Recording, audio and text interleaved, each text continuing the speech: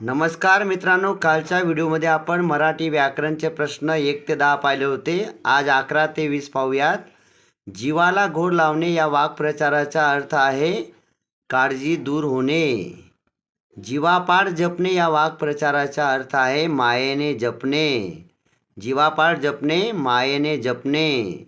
हा, ही व तो, ती हे कोणते सर्वनाम आहेत? हे दर्शक सर्वनाम आहेत. 14वा महत्त्वाचा प्रश्न आहे. हे सर्व MPSC PYQ आपण पाहत आहोत. जनक हा कोणत्या प्रकारचा शब्द आहे? जनक हा प्रत्यय साधित शब्द आहे. गरुड शब्दाचे समानार्थी शब्द कोणते आहेत? मित्रांनो, गरुड या शब्दाचे समानार्थी शब्द आहेत. विद्यार्थी मित्रांनो, खगेंद्र, वेंतेय, खगेश्वर, द्विराज हे गरुड शब्दाचे समानार्थी शब्द आहेत. दाम करी काम या म्हणीचा अर्थ काय आहे? पैशाने सर्व कामे होतात. चंद्र शब्दाचे समानार्थी शब्द कोणते आहेत? इंदू, इंद्रनाथ, सुधाकर, हिमांशू हे चंद्र शब्दाचे समानार्थी शब्द आहेत. पुढचा 18वा प्रश्न आहे.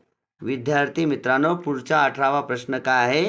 कृपण शब्दाचा विरुद्धार्थी शब्द कोणता आहे? कृपणचा विरुद्धार्थी शब्द आहे उदार.